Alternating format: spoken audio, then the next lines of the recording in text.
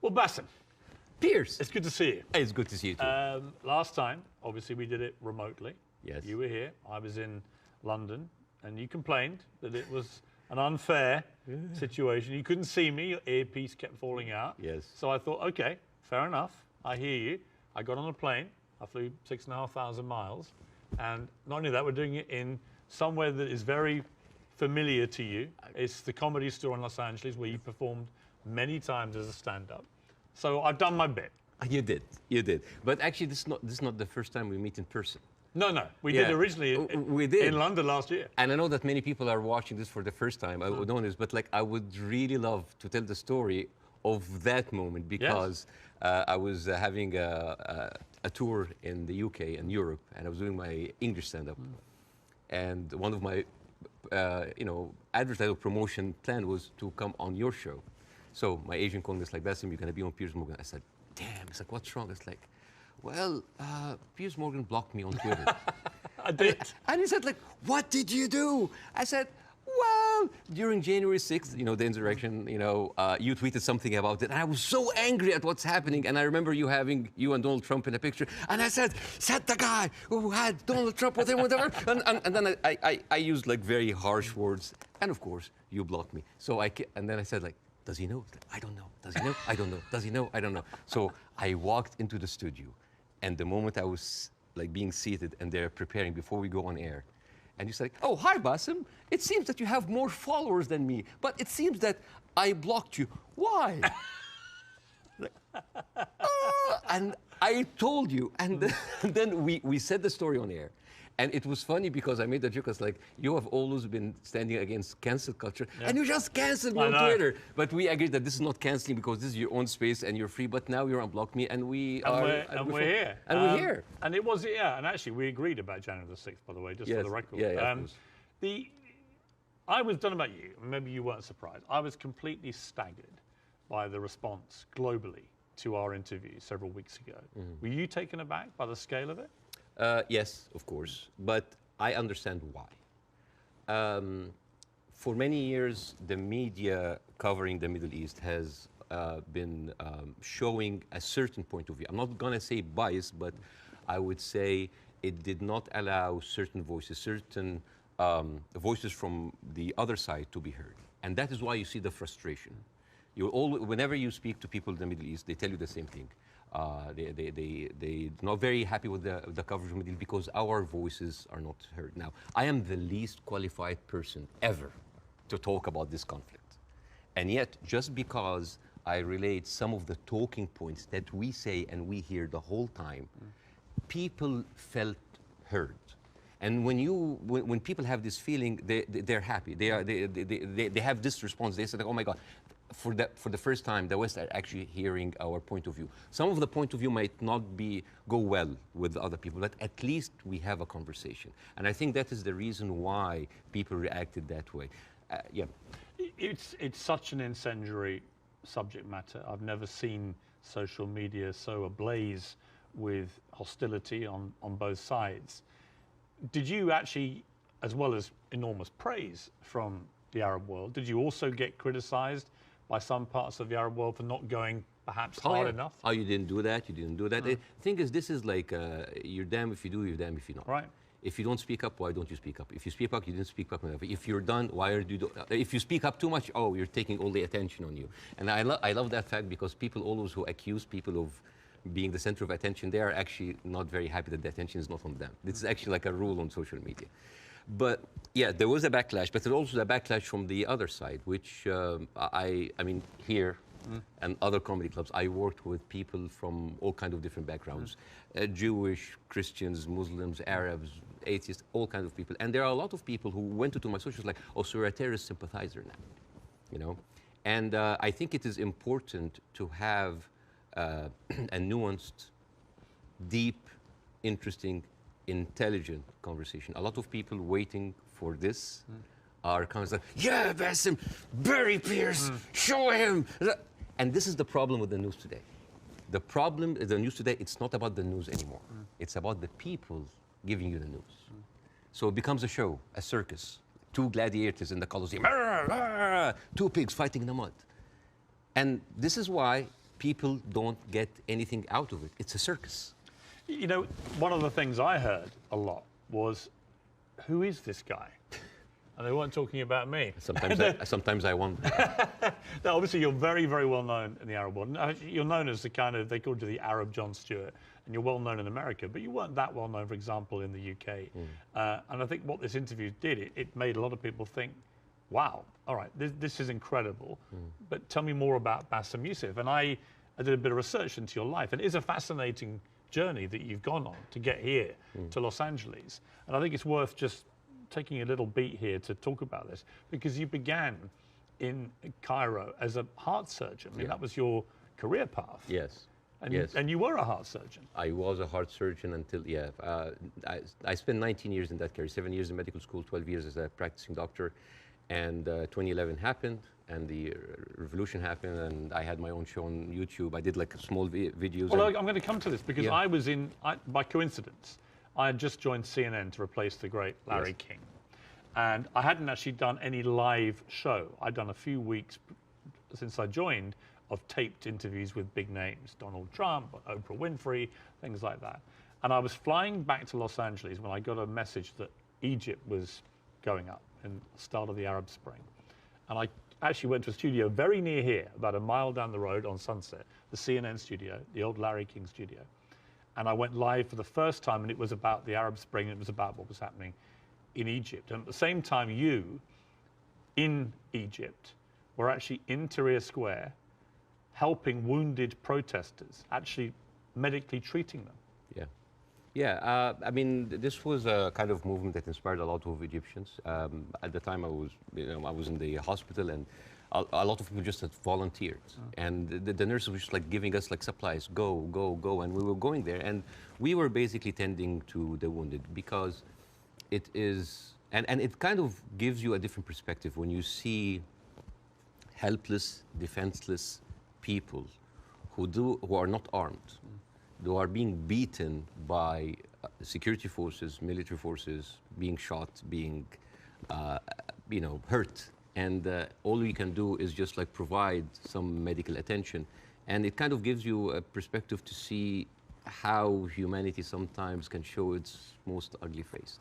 And the suppression of free speech, freedom of expression. Yeah. The ability of people to say what they honestly feel about a situation. Yes. And the suppression of people's basic rights to freedom. Absolutely, yeah. And that kind of like taught me a lot, and inspired me to do the show. But Well, you start, it's a crazy story, this, and I want to tell it, because you just decide to do 5-minute stuff on YouTube. Yeah. And you're expecting a few people to watch it. And then literally it just flies, and suddenly you're getting millions of people watching this. And very quickly, one of the big networks comes in, and then you're suddenly doing this stuff for 30 to 40 million people. Yeah. Like a third of the entire population of Egypt is tuning in to watch it. You're the biggest star of Egyptian television. Oh, please. Well, you were. Don't stop. I mean, what an extraordinary thing, though, for a heart surgeon to go from helping protesters medically in Tahrir Square at the start of the Arab Spring to within a year, you're the biggest star on Egyptian television. It's a crazy thing. It doesn't sound as glamorous as this. It felt horrible. Did it? Why? Oh, yeah. Overnight fame, this size, it's toxic. Terrible. Terrible. It corrupts. It goes into your soul, and it's not good. It's not. I actually didn't enjoy it. And the worst part about it is that like you're trying to do comedy in very controversial climate about very controversial issues. So you'll never satisfy people. And the problem is that people have these expectations. Oh, if you are successful in this, you must be successful at solving this. And when things are not solved, because politics, as you know, very difficult to solve, that expectation, this love turns into hate. And this is one of many reasons that I had to leave, and I came here eventually. Well, let's just take people through what happened, because they probably don't know, a lot of people. So during the presidency of Mohamed Morsi, who was a democratically elected Islamist, you had relative freedom to start, but then the more you went after government propaganda, the more you stood up for the people against the government, then the trouble started. Morsi wanted to shut you up. You eventually get dragged through the courts. For one day, it was a warrant for my arrest, and then I turned myself in, and I was interrogated, and it was the funniest interrogation ever. And in my stand-up shows, I talk about that scene. Because the guards were reading the stuff out and laughing, right? Well, the guards were taking selfies with me, which is funny. Right. the exchange between me and the prosecutor, general prosecutor, was extremely funny. I mean, I don't like to victimize myself. I don't like, oh, look at that. I actually like to find humor. But why were you arrested? What was the criteria? Oh, yeah. I think the list was insulting Islam, insulting the president, spreading false rumors, and disrupting the fabric of society. And it was, I think the people in the room didn't know what to do with me because they ended up discussing my jokes. So it turned into a writer's room. And I was kind of like, how do you think we make this funnier? And it was the funniest exchange ever. And after 6 hours, I was let go. And was it scary though at the same time that suddenly the machinery was getting a grip of you? Because it was to get a lot scarier. But was it in that moment when you first got arrested, you thought, I'm being arrested for breaching my freedom of speech, right? For some reason, I just like went with the flow. I went to the interrogation wearing the big hat. I went to the show. It was just, I just wanted this to be a farce because I just like, you're really coming after the comedian. And I just tried to enjoy myself, but deep inside I was dying. Well, it gets serious enough where you may have died because actually Morsi gets, of course, deposed. In comes General El-Sisi in a coup, a military coup, and he doesn't find satire a laughing matter, particularly when the jokes are about him. You get blocked. They literally block your show from airing. I aired one episode, and it's interesting. This is a very interesting story because the first episode that was aired after the removal of the Muslim Brotherhood, everybody was waiting to see what I will say. Because by that time, all of the Islamic channels that were, I mean, like me and Islamic channel, like it's like they had 5 channels and they were like me and them going like that. They had like 5 channels that have only 1 hour a week. And then they were removed. And then a lot of the other dissident voices were also being shut down. Now, people are waiting. What will Basim say? And on the day that the show aired, the next day I went out and everybody's like, good, at least somebody is speaking. It was a very controversial episode. Nobody liked it. And yet everybody liked it because people said like, you're supporting the coup. No, you're the Muslim Brotherhood. Everybody accused me of something. All I did in that episode was just being a mirror of what is happening in the street and showing them how ridiculous it is. You didn't take a fixed position. Well, my position, depending on what's your position? What did you intend your position? My position was to show the ridiculousness of how the people now was like, oh, we got rid of Islamic fascism, but we are heading towards another fascism. There was a song that I did that was very controversial. People, and it's very funny. The pro-Muslim Brotherhood thought that this is a disrespect to the people who died, and on the other side, the people said that this is a disrespect to the army. And when you manage to offend everybody, you know you're right. Yes. And then the people in the middle, it's like, oh, you weren't tough enough. And I was told, it's like, why didn't you go after? The ceiling of freedom just went down, and I was just like, it was very difficult. It is very difficult to go against an authority that was very popular at the time. And especially a military authority with a lot of experience of weaponizing these situations. Yeah. You had death threats. People would always choose, most of the time, they will always choose the military form rather than the religious form because they kind of like, at least they are not infringing on my personal freedom. Not yet. But you had threats on your life, didn't you? Oh, all the time. I don't talk about that because like I have been having death threats, like, never stopped since 2011. Never stopped. Have they continued since our last interview? Oh, yeah. They never stopped. People threatening to kill you? All the time. Why? For what reason? Oh, for just saying something that they don't like. Oh, because you are against Egypt, you're against Islam, you're against our president, you're against God. It never stops. It never stops. It doesn't bother you? I mean, if you die, you die. You know? If you die, you die. I mean, since when, whatever, like, no bodyguards deflected a bullet. you know, maybe the guy who was with Ronald Reagan. But Yeah. I think it's like whatever. Even like at a certain point, I actually had like private security. And then I told them I can't. I cannot live like that. If that's my destiny, if I die, I'll just die. You end up with your lawyer saying you've got to get out of here. You've got to get out of Egypt. It's Yeah. getting too dangerous. Yeah. Something bad's going to happen. You're going to Yeah. get arrested again and probably thrown in jail, or someone's going to try and kill you.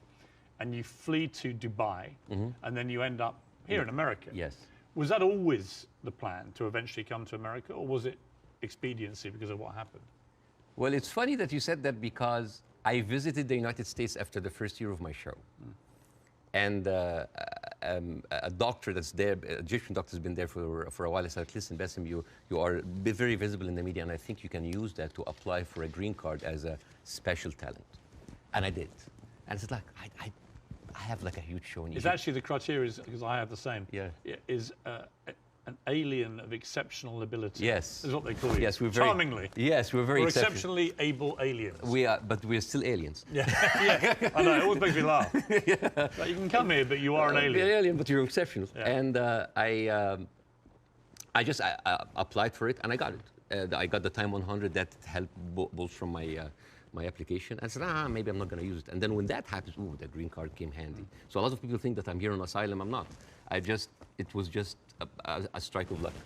You now do stand-up. You've done it for 5 years. And fascinatingly, you do some of it for an Arab audience. You have a whole show in Arabic and an English-speaking version. Yes. And they're probably very different, right? Totally because different. Different sensibilities, different humor, Yeah. different crowds, Yes. different expectation. Yes, well, the Arab audience come to my show, they expect that's going to be another version of my show that I did in Egypt, and I said, no, it's my personal story. And that when the Arabs come to my English shows, like they think it's like an English version of the shows, like, no, it's a different story. Even then, this weekend, right before I met you, because of our interview, I sold out Arizona. Really? Yes, and I stood, and the first thing I said, like, who here came because of the Piers Morgan show? I was like, I was like, boy, you're gonna be disappointed because this is not about that. But isn't that amazing? I mean, Yeah. that shows the power of that interview. Yeah. Resonating even in Arizona here. Amazing. Yeah, because I don't want to succeed just because of a trending moment of time. It is the same show that I've been working and perfecting, and like any stand-up comedian in the United States, your dream is what? Is to sell your special to platforms like Netflix, to HBO, and you want to get there. Because for me, that was like a rebirth. Because I thought like everything was lost. I came here, I had nothing. As first 3-4 years, it was terrible. The first 2 years I was doing stand-up. Oh, I bombed hard. And I went home crying. I said, I'm not going to make it. And then suddenly I have already a tour. I mean, even before our show, I already had a set tour. And now I'm having like this ability of like talking to people with different languages, talking to all these different languages. The show that I did in Arizona had an incredible mix of Arabs and Americans. Amazing. And they came here and they completely, and there a lot of them came, they were Palestinians. And they came with like the Palestinian flags and the keffiyeh, and they thought, it's like, guys, it's like the way, laughter, being good at your job is in its way a way of resistance. Because when you laugh, when you show people that, hey, we have Arab people here, and they are, by the Arabs and Palestinians population in Arizona, one of the most established population in the United States. Arabs in the United States in general, they are like professionals, doctors, engineers, professors. Even the Uber drivers, they are probably were like an engineer or someone very established there, but he had to have like a step down in order to come here and survive. So, I mean, we hardly come find like illegal aliens here or people like came here that were not qualified. So, and this is the problem this is why the reason people were very happy of our interview, because because part of the hate on both sides is that we see the news from a different perspective. And people here see the news from another perspective. And everybody's like, why are those people reacting like this? Because they don't see what the other person sees. And I hope in that interview that we can bridge that gap. Yes. Before we end, can I Yes. show? Okay, so this is a gift from me and my wife. This is olive oil from the West Bank. Ah, Whenever I go to Jordan a lot, but my wife also like, ask for the oil from the West Bank. It's very good. It is the best oil ever. And the thing is, the olive trees, they survive up to 600 years. And they are passed from one generation to the other. And it is like a family heritage. And the way that you do it, so this is za'atar. Za'atar is basically thyme, and you add to it sesame and a bunch of herbs. And the way that you eat that, you take like a piece of bread. We don't have to do it now, maybe at the end of the interview. Yeah, we'll do it, yeah. And you soak it a little bit in the oil, and then you take the za'atar. And I'll demonstrate here. Chuk, chuk, chuk. And then here. I love it. Well, I love Arabic food. So at the end of the interview, you're leaving with this oil. So I will take that. It shows that. Well, thank you. And it's very kind of your wife. Thank you. Thank you very much for me. Well, I'm the one who bought it, but it's okay. Obviously, you started the last interview with, I mean, I would argue savagely dark humour involving your wife. How you've been trying to kill her, and she was using your kids as human shields and stuff. And I'll be honest with you. And I'm still trying to. But you know what? When I failed, you know what I did? I went out to the house and I just like randomly slapped other neighbors. So, it's interesting. By mistake. Now this time I'm ready for you, okay? This time I'm ready for the humour. Oh, you're ready, okay. No, but it's interesting because last time I was very taken aback. And I remember thinking as you were doing this right off the top, I remember feeling very uncomfortable, unusually uncomfortable, and thinking I didn't know how to react to that. I didn't know whether I was supposed to laugh or be silent, and I sort of ended up sort of slightly grimacing, half laugh and listening. And then I realized it was very powerful what you were doing. It was satirical, but it was savagely satirical and extremely effective. And that's why I think the interview did so well. But I'm not going to pretend that I found it easy to listen to it or to react to it, because I didn't. You know why? Because all I did was just take the talking points that's been in the media, not just for after October 7th, all through the conflict.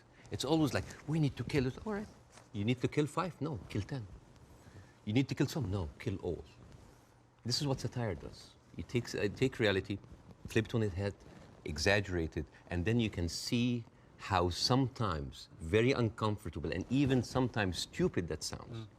Because I was just reacting to whatever the media is telling me. It's like, oh yeah, okay, let's do it. There's no pushback. So suddenly, the person who's proposing the most extreme measures is like, oh, we'll take it, oh, no, that's too much. So that was like a very simple technique. I just took the talking point and just exaggerated it. It was devastatingly effective, I think. Yeah. First, before we go any further, how is your wife's family? Because she is half Palestinian. Yeah. Are they okay? They're good. They're good. They are safe for now. Yeah. As like that last week, there was no internet, as you have. Yes. You know, I saw you tweet at the IDF. It's like, how can they know? You know how many views that tweet's had? Nearly 40 million. Yeah. Me just saying, how are they going to see this message if you've cut the internet off? Yeah. I'm wondering if the IDF's like, why aren't the Palestinians liking my tweet? Because they don't see it. Right. No, but I thought that was a perfectly correct assessment of it. Yeah. But the reaction to that tweet I did was enormous, as everything is in this thing. And I had a lot of people say, finally, Piers, you get it, right? Finally, you get it. And I wanted to say, listen, I'm trying to reach a place where I get this, but it's an incredibly complicated issue for someone who is not Arabic or Jewish to poke their head into. And I've had to cover it as a journalist for a long, long time. I think I said to you before that I was editor of a Daily Mirror in England when we opposed the Iraq War, for example. So, you know, I have taken stands on this thing. On this one, I find, and I'm going to be completely straight with you, I discussed this with Jordan Peterson this week, and he did a pretty incendiary tweet in which he said, give them hell, Netanyahu, enough is enough. And he was actually very self-reflective about that in the interview we did this week, where he later issued a 20-minute video, because he said sometimes a one-line tweet can be unnecessarily inflammatory to people. Much better to take time to explain it. Here's where I've got to with this conflict now. I viewed what happened on October the 7th as an absolutely appalling atrocity, a terror attack of unimaginable horror. And I absolutely think that Israel has a right to defend itself from the people who committed it, Hamas. And I've questioned for the last 3-4 weeks, what is a proportionate response? And I have said repeatedly, I don't know the answer. I want people who have a view to have a view about that. And I'll ask you again about where you think we are with this. I also acknowledge that Hamas live amongst civilian population in Gaza. And therefore, if you do what the Israelis are currently doing, which is a ground offensive into Gaza, a lot of civilians are going to get killed. And at what point does that become disproportionate or even illegal? And I don't know the answers to those questions. And I have a moral quandary because my instinct is to say that Israel has no choice but to respond to what happened in a very forceful manner. I understand why they want to eliminate Hamas altogether. I understand that if they feel they can, then perhaps we can move to a two-state solution or peace or whatever it may be, although I don't think Netanyahu will ever be the person to do that. But the moral question for me is, at what point does this become disproportionate? And when you see thousands of children being killed in Gaza, it fills me with utter horror. And then people say, well, do you condemn it? And I find it very easy to condemn Israel turning off the water, Israel turning off the power. I think it's ridiculous that Israel should have that power over millions of people who are not part of their country. I think it's terrible what's happening in the West Bank with the settlers. I think that the stuff there is completely easy to condemn. But can I, hand on heart, condemn Israel trying to destroy Hamas after what they did on October the 7th? That is where I'm struggling to find myself saying I condemn it, because I believe that they are right to try and destroy Hamas. Now, what do you feel about my moral quandary? Well, there's a lot of points, very lot, and I think this will kind of like lay the ground rules for that interview. There is a whole thing about like, is it right to defend itself, the condemnation. First of all, let's start with condemnation. Yes. You want my opinion? Yes. Condemning Hamas or condemning Israel? Yes. Completely useless. Completely useless. Why? I condemn Hamas, you condemn Israel, interview is over. What happened? Nothing. It is just checkpoint, like morality checkpoints. But I've interviewed a lot of pro-Palestinians, for example, some of whom will immediately say, I unreservedly condemn the terror attacks of October the 7th, and then go on to criticize Israel. And I think that's it's a position I can completely respect. Yeah. But I find it much harder to respect a pro-Palestinian guest on my show if they simply resolutely refuse to say that they can condemn the terror attacks. Yes. I find that less worthy of respect. But you see, this is the problem with the news. We go into the circular motion of the same answer. One thing that I have noticed, not just on the coverage of these events, the events before and before and before, every time this starts, people say, we don't know what's happening. It's a very complicated situation. Right. What is happening now? And for me, as a viewer, if a conflict that's been there for 75 years and the media with all this technology has been covering it and we hear the same exact words, we don't know what's happening. It's complicated. It's a very complex. That is a failure of the media apparatus. That is the failure to themselves and for the audience, because why every time this happens, it seems like it is happening from point zero. And I think to help understand that, I will get to the October 7th. I will get to the condemnation. I will get to the self-defense. But I think maybe we can we have like all the time in the world, and we can discuss, this interview could be a bookmark, landmark for maybe looking at that conflict in a deeper way that nobody had gone there before. We had the views, we have people waiting. Yes. You know, as I said, I'm the least qualified to discuss that, but it's an opportunity to use it. I'm not massively well qualified myself. Yeah, both of us. I mean, look at us. I'm an Irish Catholic. I mean, right? look at us. Yeah, two privileged people. One white, one white wannabe, discussing the most complex conflict of our history. But I want to start in a totally different area. I want to start with anti-Semitism. Yes. I think it's an important issue. Yes. I think there is a rise of anti-Semitism in the world, and I think there is. This is very dangerous. And I, as a Muslim, who has been through events where there were terrorist attacks somewhere, and that reflects on us, I can completely feel that. Since what happened, I had text message from the Jewish friends. Are you okay? Are wife's family okay? And I was texting them. Are you okay? And I think it is very important to agree on the language because the word anti-Semite has been used and abused, and most of the time not for the good interest of the Jewish people. Because the first 2 days of the coverage, I watched the news, and there was a lot of protest that was led by Jewish Voice for Peace, and they were led by people who opposed the Israeli attack on the civilians. And I remember quite well, many of the Republican representatives in Congress came out and they were calling these the global intifada, the global jihad. I love it when they say jihad. They sound like a horse. Jihad. It's very funny. Or they say like, these are, and I quote, Iranian-backed jihadists. And I said, wait a minute, but most of those people are Jewish. Those people who took over the Capitol, the same people who took over Central Station in New York, which is known as the biggest civil disobedience event in America in the last 2 decades, they were all Jewish. And then I find Nikki Haley saying anti-Zionism equals anti-Semitism. And then I remember it's like, oh, Jewish people in America are saddened by the fact that they are not citizens of America or citizens of the world, but they are citizens of Israel, and they have to back Israel in whatever they do. And these are not my words; these are the words of Jon Stewart.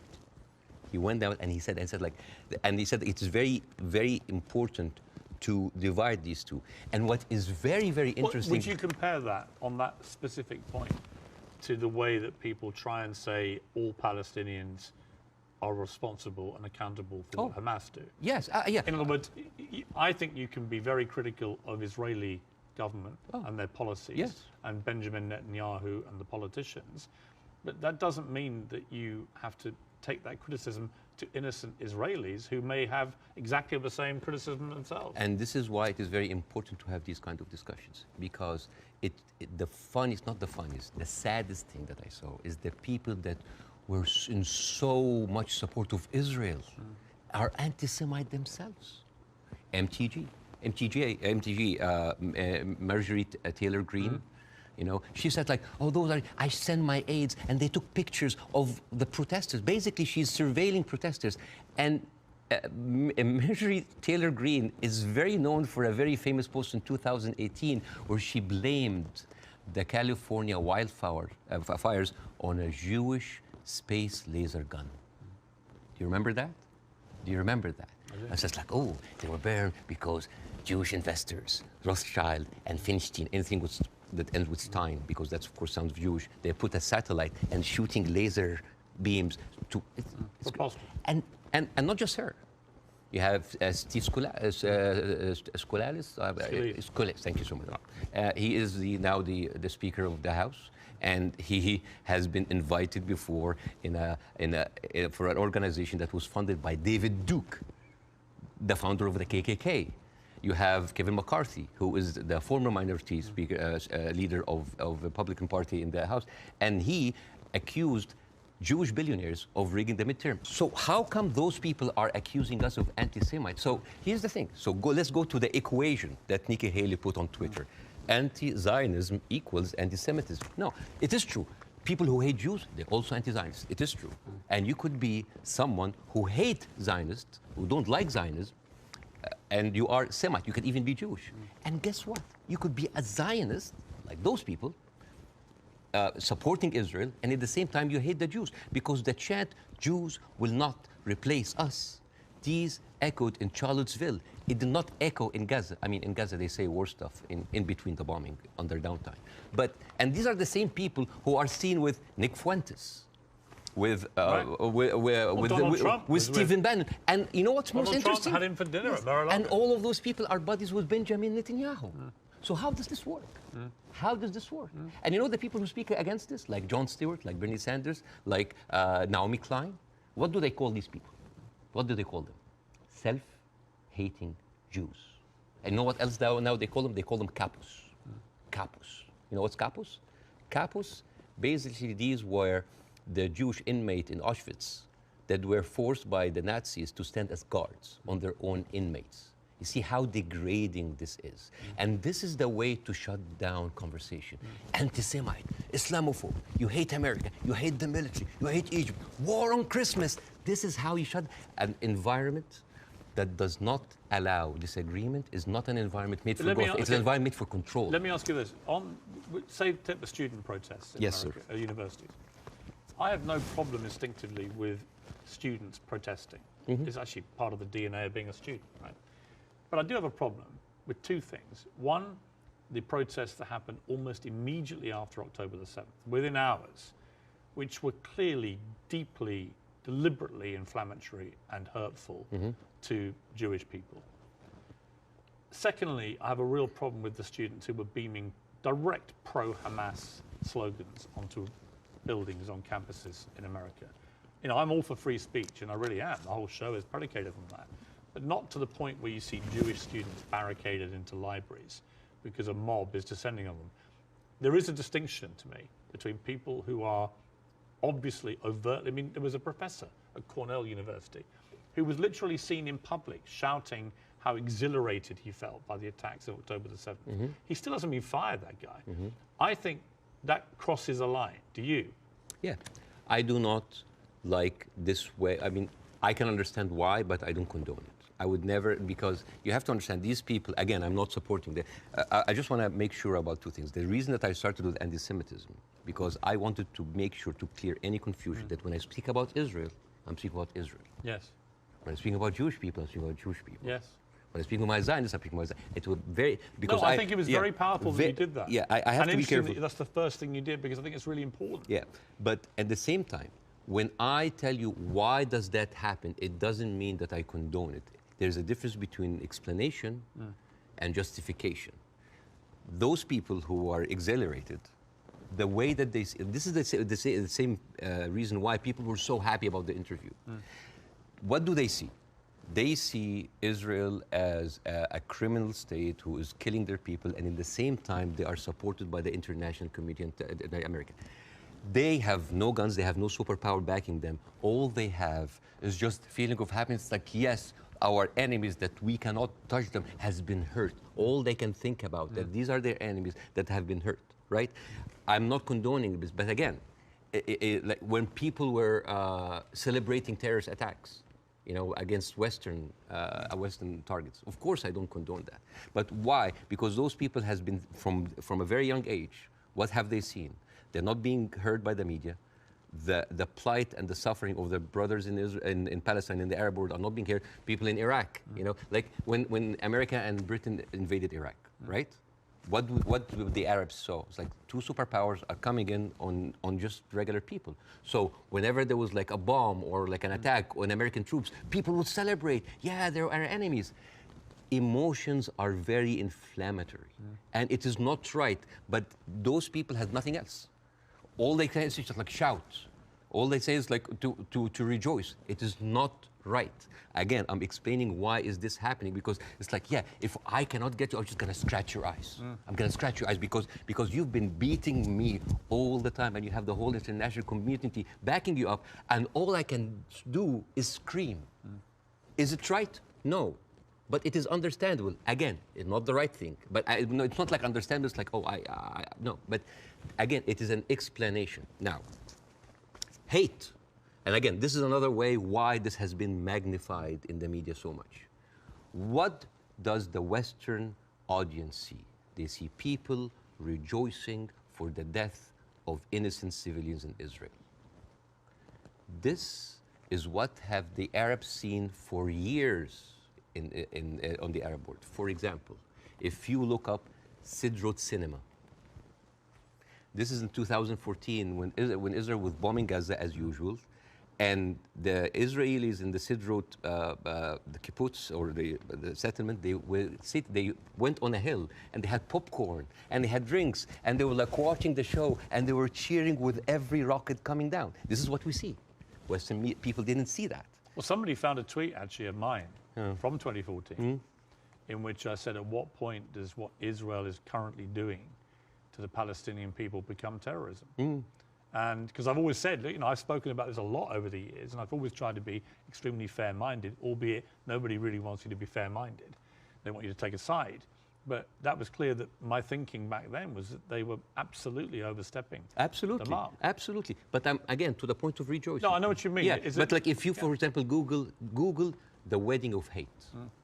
This is like a Jewish wedding in Israel where they were celebrating the arsons and the burning of Palestinians.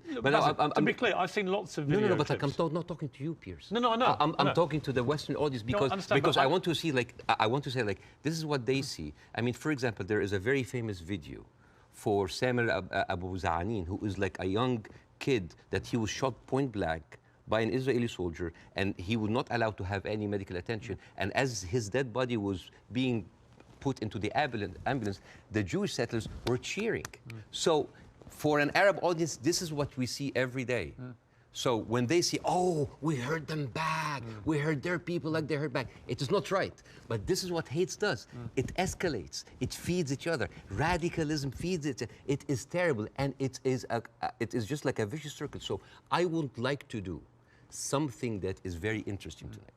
I want, when I invited Jon Stewart to my show, as much of like a reception that if you see on the YouTube, people just like, we had to cut the 5-minute standing ovation for broadcast. People were on their feet for 5 minutes. They could not believe it. I remember Jon Stewart telling me I could never imagine that a Jewish guy from New Jersey would have that kind of reception in Cairo. And yet, on the internet, people who would, what? You brought a Jew on your show? Why you are with a Jew? Yes, hate is there. Yes. So, and the thing is, like, why we do not see each other, people in the Middle East, people in the West, that we do not put ourselves in each other's shoes. And I want to do something very interesting today. I want to give, I like telling stories. And I'm going to tell you a very nice story. Tell away. This is the story, surprise, surprise, of the suffering and the plight of the Jewish people. And I want to say that because it is very interesting when you see the trauma and the suffering that the people on the other side went through, you might understand why they're coming. So this is, see this? This is a map of all of the history of the expulsion of the Jews in Europe. They've been like, I have never seen a minority being kicked around this much, right? And of course, this comes back to the, you know, the whole idea about the original sin, that you have betrayed Jesus Christ. The blood of Jesus is on your hand. And then comes the 11th century. At that time, Jewish people were not allowed to own land. They were just peasants. Even some of the professions they were not even allowed to participate in. But they were allowed to do one thing, usury, money lending, because it was prohibited by the Catholic Church to engage into that. So what happens when you work in money? You get richer, right? And those Jews lived in ghettos. Now, ghettos was not just like isolated neighborhoods in cities. Sometimes ghettos were outside the city. This is like how isolated they were. And in those ghettos, they have to pay gold to the mayor or the governor or the prince or the noble. So they would see, you're getting richer. I need more taxes. So they pay tax. What happens when you have a business and they increase your rent? You increase your service, increase the taxes. So what happened? The Christians started to default. And suddenly, the image of the greedy Jew was created. Shylock, merchant of Venice. If it will feed nothing else, it will feed my revenge. You know, like never did I see a creature like, you know, I can't remember that. Never did I saw like a creature that looked like a man so keen and greedy. Confound of a man. You know, English. I messed it up. Anyways, but this was the image, greedy Jew, the greedy Jew.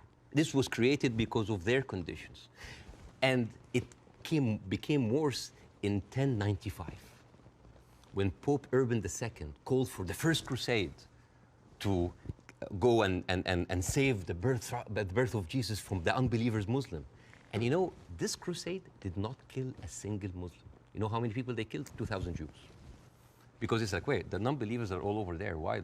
So they went to it's called the Crusades of the Rhineland. So they went to the Jewish community because, hey, we own the money, so let's kill them better than paying them. And then came the plague. And then all of the things like, oh, they're killing babies, who would do that to a baby, you know? And they accused them of poisoning the well. This was the kind of oppression that the Jewish people went through. Fast forward 19th century, there was like the Eastern Jew in Ukraine and Russia, and there was the Western Jews in Europe. those people in the East, the Eastern Jews, had to immigrate because there were pogroms and they were like, kicked out. And at a certain point, the people in the West, especially in England, it's like, there are too many Jews. We need a solution. A solution for what? For the Jewish problem. So it's like we need to get rid of them. And you know what? Palestine was not even on the A list. Palestine was on the B list because England proposed 6,000 square miles in Uganda for the Jews, 1903. And the reason why Palestine was not on the list, that it was objected by a lot of rabbis that said, like, it's a promised land, but only when the Messiah comes. But there were other options: Argentina, South Africa, Uganda, Madagascar. And eventually they said, all right, let's do Palestine. So they went to Palestine in 1914. There was 700,000 people living in Palestine, 3% were Jewish. 1917, Balfour Declaration. Arthur Balfour, he called the Jewish people in England that they are alien and hostile race.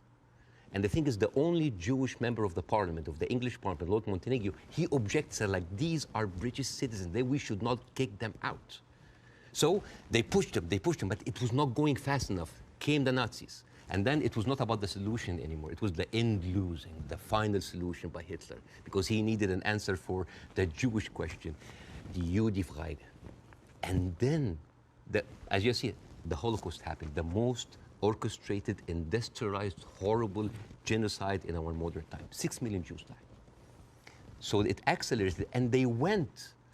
First of all, they left Eastern Europe, and they went to West Europe, and they went to America, and they were turned down, and they were pushed towards Palestine. So by 1948, right before the declaration of the State of Israel, there were 2 million people living there. Only 30% of them was Jews. So the whole idea of like a land without a people to a people without a land was a marketing thing. They were already Palestinians. So suddenly, from our perspective, the Jewish problem is not a Jewish problem, is not a Middle Eastern problem, is not an Arab problem, it is a European problem. It was pushed on us together with the guilt because now we are the anti-Semite. Now we are the Jewish hater. And not just that, they took land. So people look at this like, why are we even, we had a lot of refugees coming in. And during that, there was a lot of, as you know, Zionist militia, the Aragon, the Haganah, all of these people were killing Palestinians. The famous massacre of Deir Yassin. You're talking about the atrocities of October 7th, it's horrible. But in the Arab mind, there is Deir Yassin, where there is an incredible movie called Tantoura, Tantoura, where the Israeli members of those militias, they talk about the atrocities that they did, including opening up the pregnant women's bellies and having bets if the boy inside is a boy or a girl. It is one of the most horrific, and they talk about it, some talk about with regret, and some talk about with pleasure. We did that, right? So you have even King David. I think your Prime Minister, Mr. Sunak, was there. And if I was British, I would question this. Because as you know, King David was bombed by the Aragon militias. 91 British soldiers died. I don't know, if I was British, how come my Prime Minister would have the nerve to stay in that hotel? I mean, you know, the ghost of the 91 British soldiers, that must be haunting for them, you see? So when you see all of that, and you see that suddenly, overnight, 1948, there were 1.5 million Palestinians, half of them, 3/4 of them were overnight pushed into refugees. Yeah. And this is why it's called the Nakba, the catastrophe. So now we have all of this building up into the minds. And suddenly this was like a conflict, a hate, a problem that we didn't have to do anything with. This was basically pushed on us by the Europeans. You see? So this is why it is important to say that. And I'm not saying that just like, oh, let's wipe out the State of Israel, let's like push them in the sea. No, but it's important when you talk about the conflict, that you talk about the root causes, right? No, there was like a vibrant Palestinian culture happening over there. And right now they are erasing this culture. Suddenly I'm thinking of like Israeli feta cheese, Israeli hummus. Oh, that's an insult. Israeli hummus. Come on. I mean, take the land, but leave the hummus, man. I mean, come on. I mean, that's not fair. You are someone who's always spoken against culture, cancel culture. Right now, a whole culture is cancelled. Let me ask you this. Jonathan Friedland is a top Jewish journalist for the Guardian newspaper. He wrote a very interesting column last week in which he said, at the root of all this, you could argue you have two sets of people with just cause, and they believe passionately in their just cause. and he was sort of advising people not to take sides unless you really understand the history. Would you agree with that? Would you agree that both sides have legitimate just cause?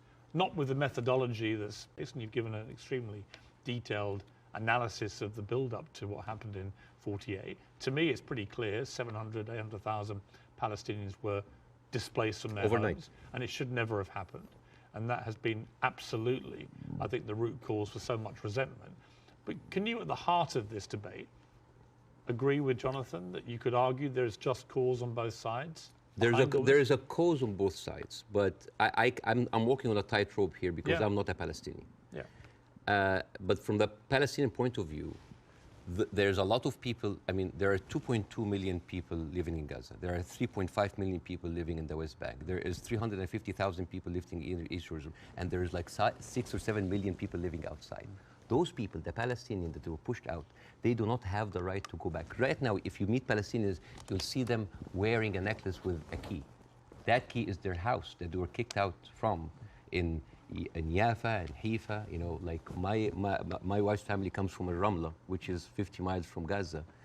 And according to the law, those people have absolutely no right to go back. Even if you are a Palestinian with an American passport, they give you hell in order to go in. And yet, a Jewish person born anywhere in the world, born in Poland, born in Ukraine, no question asked, he can jump on a plane, land in Israel, and get the Israeli citizen and take a house that most probably belonged to a Palestinian. So it is not just like it is an ongoing injustice that has been happening. Now, I mean, where would you criticize, if you're being fair-minded, where would you criticize from 48 onwards the behavior of the Arab side? Well, put yourself in the Arab side. At 1948, you constituted 70% of the population. Suddenly, the UN is giving you 48% of the land, right? Not just that, I mean, the Arab regimes, because they did terribly, and see, this is the thing, like, Arab nationalism at the height of these people feed on each other. You know, because it's very, very important to have a problem. Oh, it's Israel. And for Israel, oh, it's the Palestinian. It's a very good distraction. I mean, sometimes I feel that like the Palestinian cause is very useful for both sides to stay there as attention because it's always a way to reflect. But, and this is a very important question because in the mind of the Western audience, they always thought of the Palestinian resistance or the Palestinian side as like Islamic, as militant. No. As a matter of fact, some of the early suicide bombers were female Christian Palestinians because they, like the RIA, you know, they were fighting for a land. The whole idea of Islamization of the whole cause came very later. As a matter of fact, you will find this very interesting because when I saw this, I did not believe it. This, you know, the Fatah movement, which is the PLO, the Fatah. This was their slogan. Can you see? You see there's a crescent, a cross, and a menorah. And they say unitary, democratic, non-sectarian. So basically in the 1960s, Fatah were basically marijuana-smoking, tree-hugger hippies. And yet that didn't work, right? And the thing is, I always hear that like Arabs were giving so many chances for peace. That is not true. As a matter of fact, all along history, Israel didn't give an inch of land by peace. 1973 war, they gave back Sinai because Egypt like initiated the war. 2006, they went out of south of Lebanon because of the resistance they have. Even the disengagement of Gaza, they didn't do it out of the goodness of their heart because they had too much casualties. And even the Oslo Accords, the peace treaty, the one that Isaac Rabin and got the Nobel Prize for, they did it because of the Intifada. So what is the message that Israel is giving to the Arabs? I will never give you anything with peaceful resolution. You will always have to fight for it. Do you not think that, for example, I mean, Bill Clinton feels this very strongly, that there was a great deal to be done, and Arafat, just in the end, having indicated the whole time that if we got to this place, there would be a deal, just walked away. That was the closest that everybody came, and that actually, I mean, could Clinton have done any more than he tried to do then? I am not, again, that's why it's very important to have people who are much more qualified than me to talk about this. But two things I can say about that. Number one, the whole thing about the Oslo Accord, there was a video for Netanyahu who was talking to the settlement offer 2001, and he was bragging about sabotaging. He was talking to us like, I sabotage. It's like there was going to be no peace. Yeah, you've seen that, right? Yeah. And in that video, if you remember, when he was saying like you have to hit them hard, 2001, no Hamas at the time. They were talking about the Palestinian Authority. We have to hit them, we have to kill them, we have to make them feel the pain. And then one of them says like Bibi, but wouldn't America kind of just like, so what? The American public is easily manipulated. 80% are with us. It is absurd. And as a new American, where I can have the privilege of being retrospectively angry, I said like, this guy is mocking the government and the people who have been with him all the time. It's like, oh, they can be easily manipulated. They can do it. And even, by the way, even Isaac Rabin, the one who actually did the peace accord, he was known famously, say, the way to actually beat those children is to break their bones, called the broken bones policy. They would like get those kids and break their bones on the pavement. So this has, the whole idea about like Israel wanted peace and Arabs only wanted to fight is a very, very bad representation. I actually think as it's gone on, the genuine will on both sides for peace has not existed. No. I think it's been a deceit to the world. No, I'm sorry. And to the relative groups of people on both sides. The official... And actually a betrayal of them. The official stand of the Palestinian Authority, and again, I cannot speak, it is very difficult to do this. The official stand of the Palestinian Authority is that we are just happy with 22% of the land. Just give us like that. Yes, there are people that dissent, but the thing is, you cannot just say, okay, let's talk about peace. And then you take away my land. Let's talk about peace. And there's a kind of like passive aggressiveness happening. Oh, let's talk about it, but I'm going to build settlements. I'm going to suffocate your cities and your villages. You see, I think that has been incredibly inflammatory. Yes. Worsening the situation.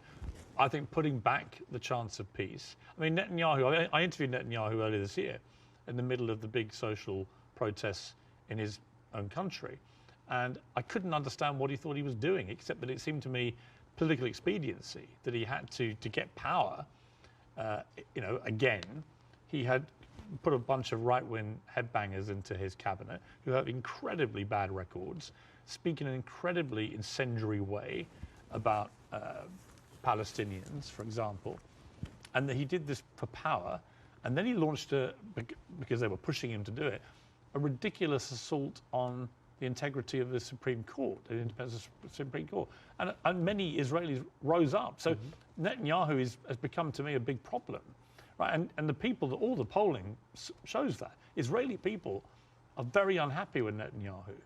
I don't think he's ever going to actually want to forge peace. And in fact, I think he was instrumental with Hamas in wanting to keep them in power because he felt that that would create the split with the Palestinians, with two political groups, and that would be good for Israel. And it was leaked in a Likud conference in 2019 that he was bragging about giving Hamas money because this is a way that we can keep Palestinians divided, and yet so we'll never have one. So this is a guy who was. But look, we can agree about Netanyahu, I think. No, right? but not just Netanyahu. There's a book. And I would say most of his cabinet. There's a book called The Fear of Peace. It's by Moshe Zimmerman. And he's an Israeli historian, and he said, like, the average Israeli citizen does not have a vision of peace. Because for 70 years, this is a country that has been, the war has been going on for, they have been expanding because of war, the military is taking over. So the whole idea of peace is not even there. It's not just Netanyahu. Like you have, I remember you have interviewed Naftali Bennett. Yes. And I think you tweeted that like that was like a very kind of reasonable take.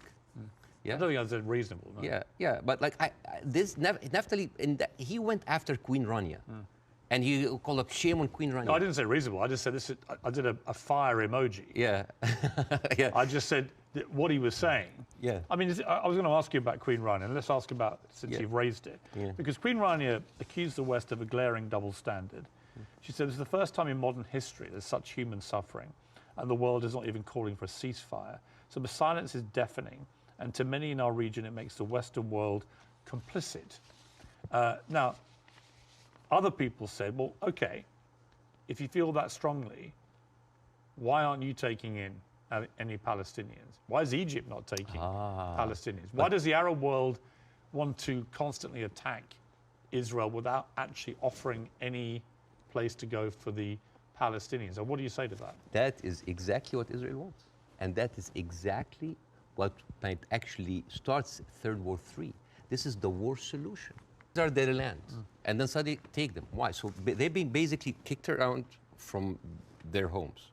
And now another country should take them? You see what will happen? Imagine this. Now. And because Israeli official has been talking openly about this. It's like, why don't they just go in Sinai? Why they go? You know what will happen? Those people are going to be pushed in Sinai. And with any population, 2 million people, they are living in refugee camp. What do you think will happen? Unrest, chaos. And then after a few years, the Western media will come with their cameras like, oh, look at those Arabs. Oh, they're killing each other. Oh, Israel is good that they got rid of them. And then they will go to the West Bank. And suddenly those 3.5 million people push into Jordan. The whole idea, why does Jordan take them? Why does Egypt take them? The same question. Europe has 44 countries. Why don't they take Israel? America has 50 states. Why don't they give them Florida? I mean, we seem to complain about Florida the whole time. Why don't they just like give Israel? The whole idea was like, oh, you're Arabs, you're all the same. No, no, no.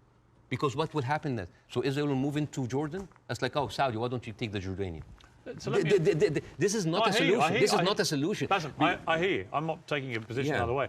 Let me ask you directly. But I want to say something about what Queen Radia said. Okay. The whole idea about like the West. Yeah. I think that in 3 weeks, Israel morally corrupted the West like no other. I think the West will have a lot of time to recover because for years, the West has been telling us, oh, look, we're liberal. We're all about human rights. All are equal. Adopt our values. And then suddenly, you don't want to even to cease. We don't want to even tell Israel to stop. And suddenly we woke up and we found McDonald's are giving free meals to the Israeli because like nothing will make you feel better after killing a bunch of Palestinian kids than a happy meal. So let me ask you this. They have a toy. So this brings me to Hamas, okay?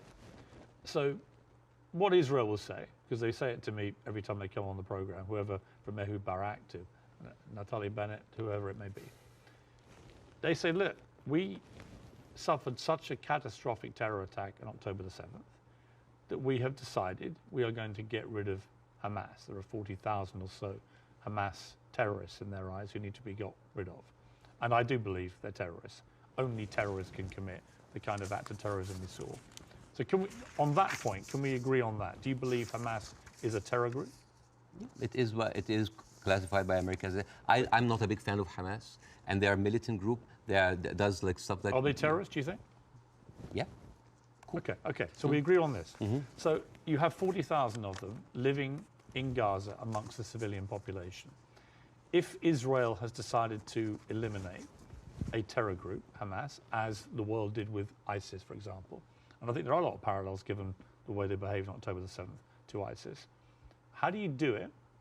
How do you do it if you don't do it the way Israel is currently trying to do it? Exactly not the way that Israel does it, because if you have one of the most advanced military powers in the world, and it takes you 3 weeks, 9,000 Palestinian civilian death, 21,000 injured. As we are talking right now, Israel just bombed Jabalia, which is a known refugee camp. This is not self-defense. You know, like one of the most questions, like, does Israel have the right to defend itself? This is a no-value question. This is a no-value question. Well, I would ask a different point. I would say, not only do they have a right to defend themselves, which every country would after a terror attack, right? But they actually have a duty and responsibility to their population to try and stop that happening again to them. They've been doing... And I do understand, and I agree with that. Yeah, but here's the thing. If it takes you all of that time, all of these civilians, to take out a few hundred guerrilla fighters... We don't know how many of the people... A few thousand. We don't know. It doesn't matter. Yeah, but Bاسم, you don't know and I don't know. We don't know, but right? like... We don't even know if the casualty numbers are correct because they're all coming from Hamas. And we and we should believe Israel? No, not necessarily, no. No, I don't believe either side. But here's my problem with Israel. But here's my point. I don't think we should assume that we know these statistics are correct. I don't think we should assume we know exactly how many children are being killed. We do know a lot have been killed, so the moral argument remains the same. But we don't know how many Hamas terrorists have been killed in the last 3 weeks? We just don't know, do we? So basically, we're dealing with a very incompetent military force that has been sucking America dry for years, and then they cannot do the job. But how else do they get rid of Hamas? Not like that. How do they do it? I don't know, but not like that, because they've been trying. But you've got to have another. They have. First of all, I'm not a military expert. Second of all, they've been trying the same thing for years. They go in. This is not an eye for an eye anymore. This is an eye, a limb, a life, a house, a neighborhood, a whole population for an eye. They don't see. I mean, your friend Ben Shapiro, that you particularly despise. Oh, I love Ben Shapiro. He's very smart. Oh, yeah, but you've been very critical of him, and that's fair enough. I'm sure he would be of you. But when I asked him about proportion, he said I don't care about a proportionate response. So let's kill civilians as Hamas did this, so we are going to get rid of Hamas. But it's not in his eyes. It wasn't eye for an eye, tooth for a tooth. It was this group of terrorists did this, and we are now going to rid the world of these terrorists. And this is very important to look at things in context. When you see how Israelis talk inside their community, there was a very famous post by Uriel Eritzol. He is the speechwriter of Netanyahu. He said, "What is so horrific about understanding that the whole Palestinian people are our enemies? All of them are enemy combatants. We should kill them, kill their mother, destroy their homes, the homes that they raised those snakes, so no snakes will be raised in this house anymore." And this was reposted by Ali Chaket, which is the minister of, wait for it, justice. It's not about Hamas anymore. It is not about Hamas. They can tell you it's about Hamas, but it's not about. It is basically. They have said it many times, Piers. This is a way to kind of push them into Sinai. This is not about eradicating Hamas. This ship has sailed. I am sorry, but anybody who still believes that this is about Hamas is stupid, because they. See, I don't agree with that. Really? No, because I think. But why they're? I tell you what, I don't agree. There are like 100 people. I think killed any in Gaza country, and any country that suffered the kind of terror attack that Israel suffered, with the kind of death toll that occurred that day, 1,500 plus people, grandmothers, kids, young women being raped, kidnapped, beheaded, it's been reported, and so on. Well, you can raise an eyebrow. I mean, they found a young woman's skull, right? But what about the babies that were beheaded? Well, there was a report, and you and I had this discussion on air. You falsely quoted me, and I wanted to clarify that with you in person. You thought I'd said that 40 babies had been beheaded. So what did you say? I never said that. What did you say? I said it's been reported that 40 babies were killed, some of whom had been beheaded. That's what I said. Yeah. Totally different. Yeah. There's a very different. Well, it is different. Yes. Do you accept it? English is a second language, so they're different things. Of course, yes. Between saying 40 babies have been beheaded and 40 babies have been reported to have been killed, including some where are those beheaded babies? Well, apparently journalists are being shown utterly horrific footage. This comes to a very important question about credibility. Again, I'm not condoning what happened in October, but I'm not a journalist. But as a journalist, wouldn't you take anything that an authority would say with a grain of thought? Yes. Especially if this authority have a long history of lying. And I'm just going to give a few examples. 1996, they bombed Qana. It's a refugee camp. They killed 106 people. And despite that they knew it's a refugee camp. They said, oh, maybe it's a one-time off. 2006, they bombed Qana again. 2014, they killed 2 teenagers at a checkpoint. They denied, as usual, but CNN was there. So they said, we have to say it. 2018, they killed a medic, a Palestinian medic, and they fabricated a video showing that it's someone else, that he was a human shield. And then can I just finish that? I do want to respond. And then 2010, they killed Ahmed Oraiqat, denied it, then said, it's okay, it's us. 2021, they bombed the media office in Hamas. It's not us, but no, I'm sorry. And then 11th May 2022, Shireen Abu Akleh, a reporter, your colleague, she's Palestinian, American citizen, she was shot in the head. And they provided forensic evidence and even a doctor's video that it was not them, it was Islamic Jihad. How can I expect to believe this regime, especially if the president of Israel comes down with this ridiculous thing? Have you seen that? No. He said, okay. This was reported by Sky News, and it was the funniest thing I've seen so much. This was a Colin Powell moment, but like the cheap edition. Mr. Herzog said, Isaac Herzog, it's like, we have found evidence on one of the terrorists, a manual to create chemical bombs. And then he showed this, and he showed, and this is, so I just want to say, Why would a foot soldier go into enemy with like a manual to chemical bombing? It's like, is that BYOB, bring your own beer, bomb? It's crazy. And what he like have like local ingredients to make, and then this is like, this is a manual of Al-Qaeda, of course, conveniently written Qaeda. And let me read it to you in Arabic because this is funny. Which basically say, this is basically like a catalog for self-improvement for mujahideen. I didn't know that they have life coaches. So this, and you know what Sky News said? It's like, we cannot confirm or any of this, but we will show it anyways. So let me respond. So this is like this is a lying government. So let me respond. Yes. I do think the Israeli government has lied. All the time. Right? I do think they've lied. I'm not going to dispute that. I do think they've been caught lying. I do think they've said things that turned out not to be true. I also think that 2 weeks ago, a hospital was bombed. Yes. And it was Who immediately... do you think did it? Well, I'm going to tell you what I think. Hamas immediately tell the world it was an Israeli airstrike and that 500 people were killed and that the hospital had been destroyed. And then as the next couple of days go by, the hospital is relatively undamaged. The car park was obliterated. Many fewer people than 500 were killed. How many people died? Well, we don't know because actually we're reliant on the Palestinian Health Authority, which is Hamas in Gaza, for the figures. So we don't know the number, but a lot fewer people died, it would appear, than the like 500. 100? We don't know. 50? Either way, it's appalling, but it may not have been anywhere near as appalling as was first said by Hamas. But here's the point. Most independent studies of what happened have concluded that it was almost certainly a militant stroke terror group inside Gaza, and they fired a rocket which landed in the hospital car park. In other words, it wasn't an Israeli airstrike. So I have an issue with that because for 3 days before the attack, the priest and the patriarch of the hospital, because it's called the Baptist hospital, said that they have received multiple warning from Israel that they're going to hit the hospital. And then at the time of the hit of the hospital, one of the top aides of Netanyahu, he tweeted about like we hit the hospital, and then he deleted it, and then basically like Israel gaslighted the world. But It was not us. But that's why I said most independent. No, that's not true. New York Times actually like just published something to prove that it was shot from Israel. And the thing is, No, okay, they didn't, though. Okay, numbers. They didn't. Numbers. Bassem, that's not true. Okay. The New York Times has not reported that it was Israel. No, they said They haven't. okay. That's not true. Over 10 years, Hamas launched 35,000 rockets into Israel. And many failed. They killed 69 people. And 25% military, only part of them were civilians. So over 10 years of 35,000 rockets, they killed 69 people. But in one strike, you want to tell me that these glorified firecrackers caused that kind of damage? Yes, it looks like they did, yeah. Okay. Yeah.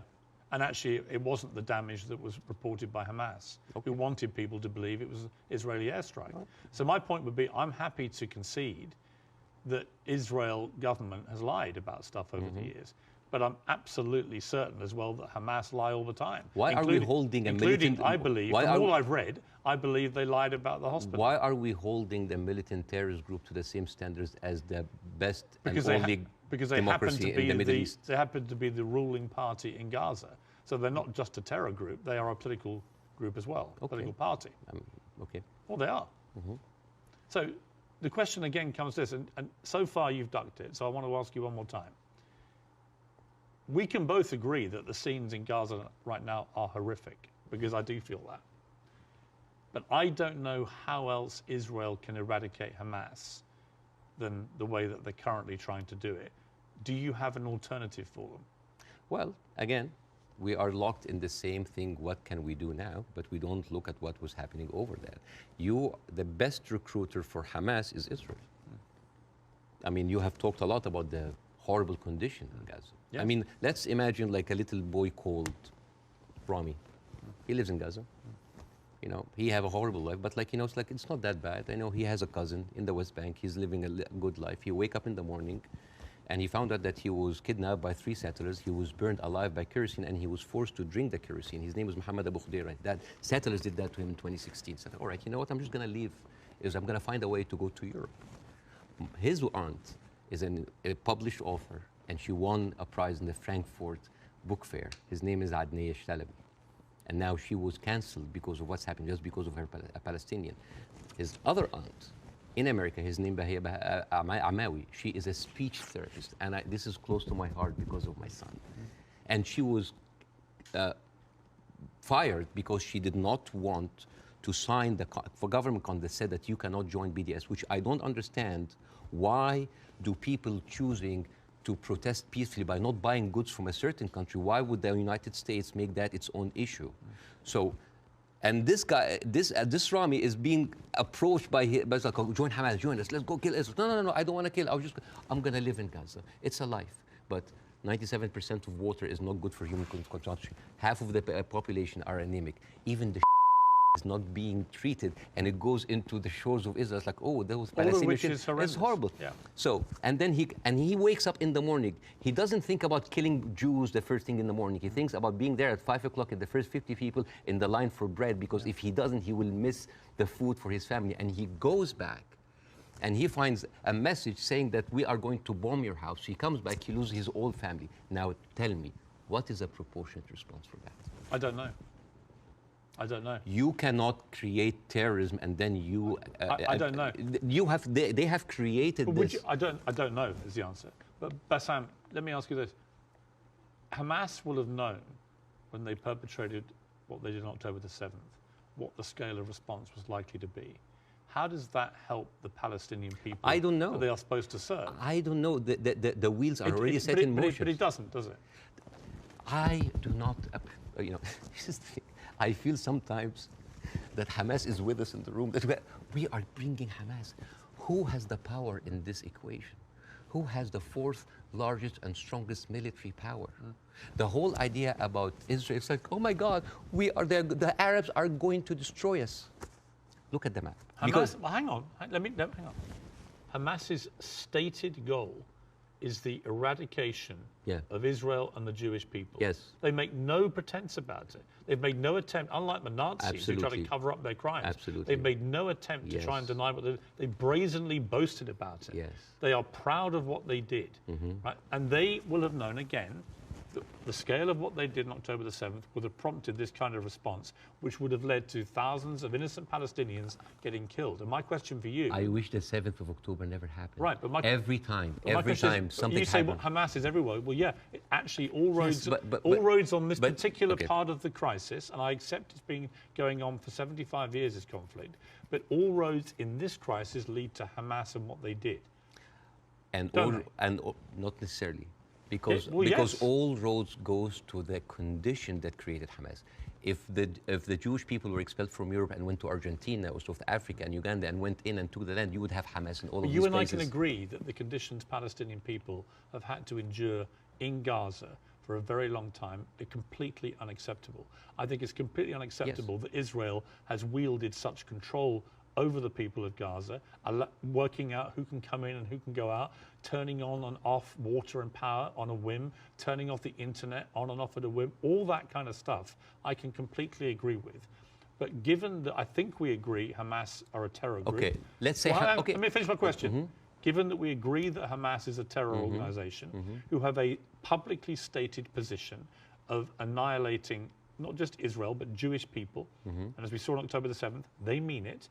If you are Israel, what do you do to get rid of those people who have shown the world that's exactly what they will actually do if they get the chance? You know what I would do? I would give the Palestinians what they deserve. Terrorism is a virus. Yes. It's a virus. I agree. If a patient with a flu came to you and you're a doctor, how can you treat that patient? How do you treat it? As a doctor, how do you do? Well, you're the doctor. You give them nutrition, fluids, and rest. So the immunity of the body gets rid of the virus on its own. If I received that patient with a flu and I took a sledgehammer, it's like, why are you not getting better? Do you think that patient will get better? No. You are weakening him. You are making him worse.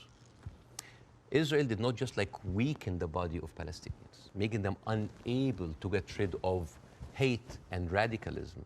They have openly bolstered about helping and giving money to the same terrorist organization. So, I agree. I think Netanyahu is complicit in keeping Hamas in power because it suited him politically. Yes. And I think you can't get away from that. Yes. There's no question of that. But there's also no question that the Israeli government, led currently by him, has to stop Hamas from perpetrating another terror attack. And again, it comes down to this question.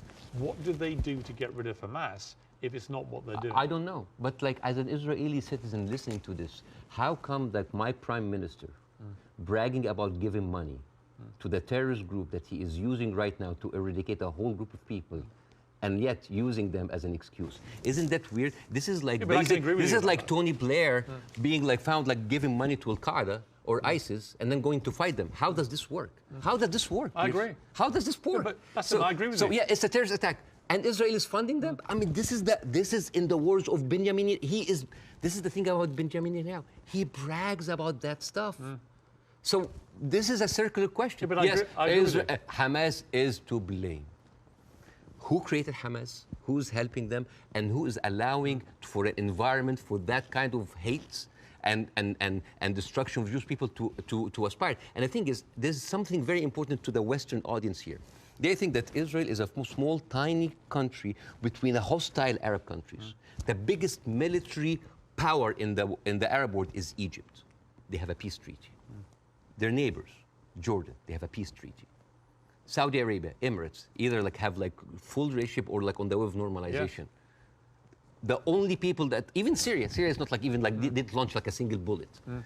The only two crutches that Israel has is like Hezbollah and Hamas. Yeah. A few militant, thousands of militant.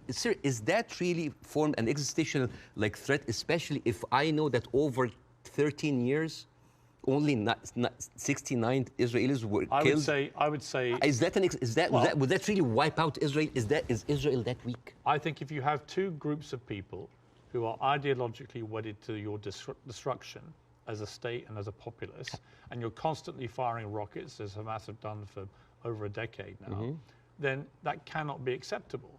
You have to stop that, right? These are terrorists who've now shown on October the 7th their true colors. They don't just talk about wanting to kill all Jewish people. They are going to do it if they get the chance. So I don't believe Hamas can possibly stay in any position of authority in Gaza.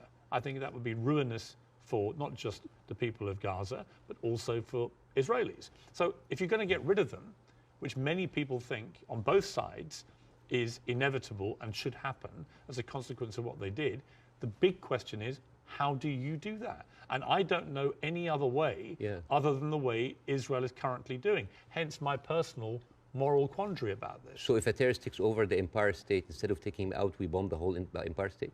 Well, that's the question, isn't it? Proportion. That is not even a question. Well, that was not even a question, because that would be ridiculous. You talk about the normalization of the region. I mean, the theory that I most buy into, supported by recent, I think, Wall Street Journal reporting, that hundreds of Hamas terrorists had gone to Iran for training before this attack. Okay. It had obviously been very carefully organized, and so that is, I think, highly likely. But if you're Iran, and you're looking at all this normalization, and you're looking at Saudi Arabia being next, this is your worst nightmare. So a perfect time to commit an atrocity like this through your proxy of Hamas. Again, I'm not a political expert to know what is the background, but let me tell you. It's a likely theory. Is Hamas justified? Is all of the horrible conditions that Palestinians are living in, is that a justification for Hamas doing what they did in October 7th? Good. Do you think so? Of course not. Right. So we're agreed. No, of course. So let me ask you the question a different way. There is no justification what Israel is doing now. No Hamas, no terrorist attack justifies this. Well, because you have been there. No, but you have been there. You have stood against the Iraq war. Yes. And that is too much. Yeah, but here's the difference. You are killing a whole population. No, here's the difference. I didn't stand against them for that reason. I stood against the Iraq war because I did not believe we had seen evidence that Saddam Hussein had weapons of mass destruction. So we were fighting a war against a country and a despotic leader which had nothing to do with 9/11, as they were trying to claim. It was actually a lie perpetrated on the world, and the consequences were disastrous. 1 million people died. I mean, over 150 British troops died. My brother served in Iraq and could have been one of them. You know, the whole thing was a fiasco, a deadly fiasco. It led to the rise of ISIS and all the hell that came with that. So, you know, yes, absolutely, I fought that campaign against that war, and I wish I'd been successful. But the singular difference here is no one is disputing, least of all the Hamas themselves, that they perpetrated this attack. And I believe Israel has a fundamental right and a duty to defend its people from them doing it again. So if we can agree on that as a principle of a country that's had that kind of attack and how you deal with it, the question then becomes, how do you eradicate the people who did it? And I just think, given the intense nature of the way the population exists in Gaza, very, very large numbers of people in confined places, and that is in itself unacceptable, and I will agree with you about all of that, and that has to be fixed longer term. But actually, if Hamas are everywhere there amongst these people, I just don't see any alternative to what they're doing. And I'm very happy to consider one. But I don't think you have one either. So if the Iraqis were actually, there was evidence that they were behind 9/11, would that still be okay to kill a million Iraqis? We have a parallel, which is Afghanistan. And in fact, I would say, but that raises a different question. So was the Afghanistan war just? I believe it was, in a way that Iraq wasn't. I believe that Afghanistan was harboring terrorists, Al-Qaeda. We know that they were training there. We know the Taliban were there. And we went in, we launched this war. It goes on and on and on. Huge bloodshed on both sides. And in the end, after a ridiculous overnight pullout by America and President Biden, the Taliban are back in charge and waging the same kind of medieval rule they waged before all this. So you've got two things. Was it justified to strike back at Afghanistan for harboring Al-Qaeda? I would say yes. Did the means in the end justify the war? You could argue no, actually, because actually you ended up with the Taliban back in charge. So they're two different things. And it may well be here, by the way, as I've said, that if Israel pursues this ground invasion, it backfires horribly. It leads to a much wider conflict involving many other people, possibly including Iran directly. And it could be a horrendous escalation and a massive war raging through the whole region. And that is my fear about it. But I come back to the central point of justification, and I'm really struggling to see what else Israel is supposed to do to get rid of Hamas. And if you've got an alternative, let's hear it. I do. Pierce, this is never about Hamas. Believe me, it is never about Hamas. If somebody tells you who they are, listen. Israel has been telling the world all the time, they need to clear the Gaza Strip into Egypt. You think that's always been the plan? Always there. I mean, they have said it. They have said it many times. Why does Egypt take them? And do you think when Egypt takes them, do you think they go back? No, never. And then when they're done with Gaza, they will go back to the West Bank. They will kind of like build the settlements around them, and then until they push them into Jordan, because that is the plan. They have talked, not just Benjamin Netanyahu, everybody said like, there's no state, two states. It is one state, and it's for the Jewish I don't people. think he believes in a two-state solution. Nobody believes in a two-state solution. It is one state. But nor do Hamas, obviously, and they're the ruling authority in Gaza. They don't. You see what you're comparing? It's a militant group. It's a small militant group. But they are Israel as a nation. They are the elected political leadership. They were elected in 2006, and 50% of the people in Gaza right now are under the age of 16. They were not even born. I understand. Yeah, like so. And the thing. All right. So Bاسم, let's agree about that. But that's the circle state. It's I understand. It's a circular firing squad. Hamas.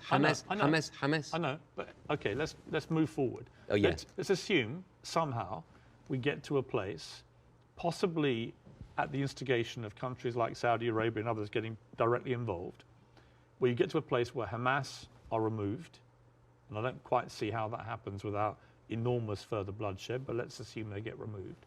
Let's assume that Netanyahu is removed from office, which I think is highly likely just from the fury of his own people about what they see as the defensive and security failings, plus his attack on the Supreme Court already causing huge polarization.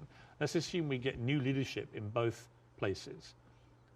Could there still be peace? Could there still be a two-state solution? No. It can never happen. No, because Israel have already shown it's not about Netanyahu. It is the policy of Israel not to give the Palestinians their seat. It has always been there. But what if you find leadership that understands? You will not. But why are you so... You will not. Why do you not think so? Because Israel has been... But they would say the same about the other side. And I remember... Who has the power? Let me give you a parallel. Obama in his book... Let me give you a parallel. Let me give you a parallel. Northern Ireland, okay? Northern Ireland appeared to be completely intractable, with the IRA and the loyalist paramilitaries trying to kill each other. In the IRA's case, trying to kill British people as well, because they did not want this to go the way that people wanted it to go. And ultimately, we got to peace because we found leaders who actually had the courage, moral courage, to get in the room with the people that were trying to kill them and to do a deal. I don't think you can do that with Hamas. They're on a different scale altogether to the IRA. But we did have a seemingly intractable place riddled with violence on both sides, and eventually we got peace. Do you not see there's any chance of doing that here? No, not with Israel. Obama, after he left office, he wrote in his book, the problem with the Palestinian-Israeli conflict is that one side is extremely powerful and one side is extremely weak. There is absolutely nothing to oblige that strong side to give anything. All over the years, Israel showed you many times that they are not interested in peace. Leave Gaza. Forget Hamas for a second. The West Bank. What have they been doing in the West Bank? The illegal settlements did not stop a single day. No, they no. Are and it's completely wrong. Yeah, but the thing But is it's wrong. I agree with you. But you see what they're doing in the West Bank right now? They are creating little Gazas. They are creating little Gazas. Yeah. And until they are like squeeze them. It's completely wrong. There is a hilarious documentary called The Wanted 18. It is like an Israeli-Palestinian co-production. And it tells about the incredible story about the residents of Beit Sahur. It's a Palestinian town next to the Nazareth. And they said they don't want to depend on the milk coming from the kibbutz. So they bought 18 cows. 18 cows. And they didn't know how to milk the cows or have a cow farm. So they were like engineers and doctors. So they sent people to kind of like to learn how to do the farm. So they bought the cows and they started to produce milk and they started to sell the milk to the villages. The Israeli authorities were not very comfortable. So one day the military government came in and said, like, those cows, and I quote, constitutes an existential threat to the national security of the state of Israel. You need to get rid of them. And the movie goes about like the hilarious attempts of hiding those cows between the butchers and the houses. And in one scene, a cow is actually running and the Israeli soldiers are like running behind it and they corner it and they corner it and they're about to kill it. And you know what did the cow say? You didn't fall for this, cows don't speak. Yeah! But you know, it actually said something. You know what did it say? It said Hamas. But anyways. But you see, this is the ideology of the Israeli ruling party. They are not interested. They're not even allowing you to get your own cows. I mean, I want to discuss something that is very important because we have been talking about Israel being a democratic state, a secular state for all of its citizens, including its Arab residents, right? Wrong, Yes. wrong, wrong, wrong. 2018, there was a resolution that was offered in the Knesset that say that Israel should be a state for all of its citizens. That seems basic, right? That resolution was not even allowed to be discussed. It's like, wait, why? And the rebuttal was, Israel being the state of all of its citizens would threaten the character of the Jewish state. There is, I have a friend of mine, his name is Andrew. He's Palestinian Christian, they do exist. And his family comes from a town called Tarshiha. As many Palestinian towns, these would like, you know, had another Israeli town called Kafar Vradim. It is a left-leaning town. They voted against Netanyahu by 70%. And they announced an auction to sell houses. And then they noticed that most of the applicants were Palestinians. They canceled the auction. Why? Because in each Jewish town, there is something called admission committee that can decide who can live in this town. Sounds like Jim Crow for me. And then they canceled. And you know what they say in the reason? They say, Kafar Vradim welcomes all citizens of Israel, despite their race, gender, or color. However, the majority of the town would like to preserve the character of the town as being Jewish, Zionist, and secular. How does this go together, secular and Jewish aside? You know, and this brings me to this picture. This is a very famous picture. You know, remember this picture? I'm sure you've seen it. Yeah. This, for the people who don't know, this from San Augustine, Florida, 18th of June, 1964. This was a white-only motel. And these are black activists who wanted to defy the law and jump into the hotel. This guy, he's the owner of the hotel. His name is James Brooke. and he was pouring acid to scare them out of the hotel. His neighbor said that James Brooke was a victim because he was just following the law. And you know what James Brooke said? He said, it's not like I don't like black people, I just don't like them in my swimming pools. Now, if an official said that, wouldn't you say that this town has kind of a systemic racism? Yes. This quote was not said by James Brooke. It was said by Deton, the head of the Galilee municipality, when he said, I don't like Arabs. I don't just like them in my swimming pools. The town of Nazareth Elite, 2010, the Arab Christians in the town, they requested to set up the Christmas tree next to Nazareth. This is the birthplace of Jesus. And you know what they said? We cannot have it because non-Jewish symbols would offend Jewish residents. But this comes back to what you were saying at the start, which is about the hate on both sides. No, I'm not talking about the hate. I'm talking about this shining example that Israel won't tell the world that we are like the Western world. We are secular. I don't know if you know this, but they're not just like secular, like Christians against their own Arab. I'm talking about like Arabs with Palestinian, with Israeli identity. I'm talking about them being even racist against their own people. 1950, Yemenis immigrants that came from Yemen, and they were in the transition camp waiting to be transferred into Israel. Their kids were taken away from them and given to white Ashkenazi Jews because they were not white enough. But Bاسم, what would happen if a Jewish person went to Gaza? Why would they go to Gaza? Exactly. Even I wouldn't go to Gaza. Exactly.